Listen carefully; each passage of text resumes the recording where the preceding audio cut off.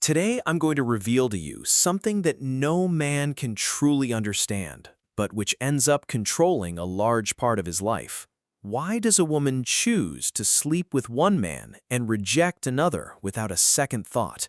The answer has nothing to do with luck, destiny, or appearance, but with four hidden forces that Machiavelli understood more than 500 years ago.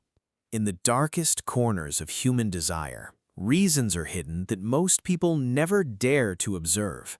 Machiavelli wrote that human behavior is never exactly what it seems, and that behind every choice, even the most intimate ones, there are invisible forces that ultimately govern the will. But today, we're going to decipher those forces, not with the intention of manipulating them, but to understand them. Because the man who understands dominates, and the man who dominates never again has to beg for a woman's attention.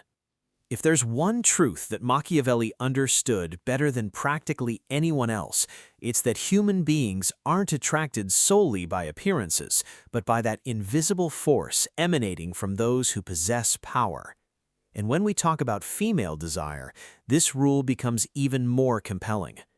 A man might think that a woman is attracted to his face, his body, his way of dressing, but the reality is much harsher, much more strategic, and also much more human.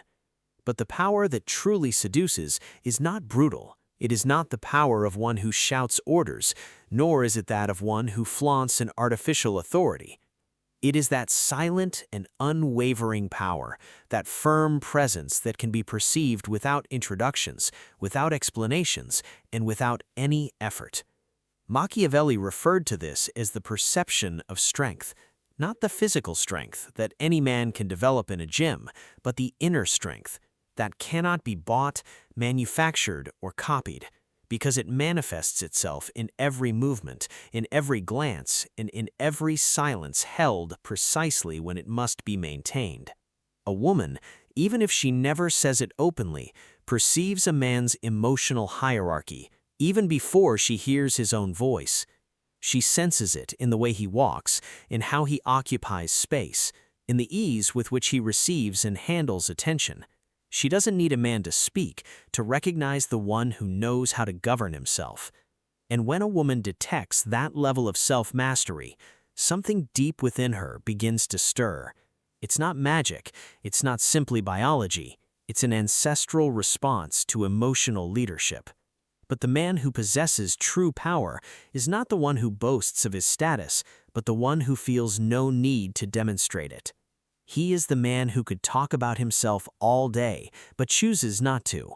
He is the man who could seek approval, but simply doesn't consider it important. He is the one who might need a woman's attention, but is so full of purpose that that attention cannot control his mind. That genuine independence produces a magnetism that is impossible to fake.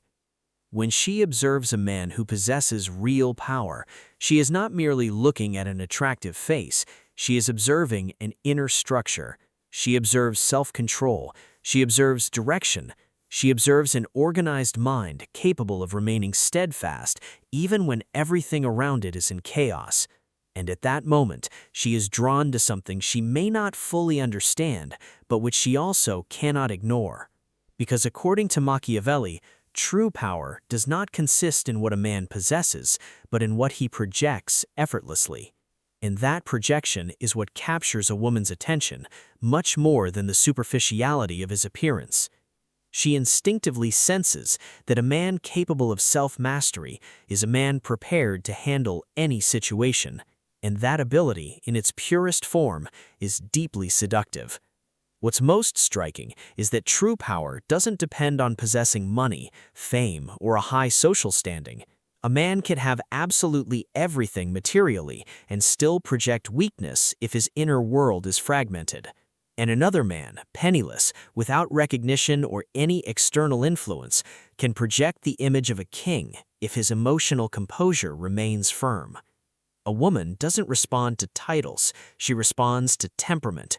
That's why a woman can be naturally attracted to a man who speaks with intention, who moves calmly, who listens without anxiety, who responds without rushing.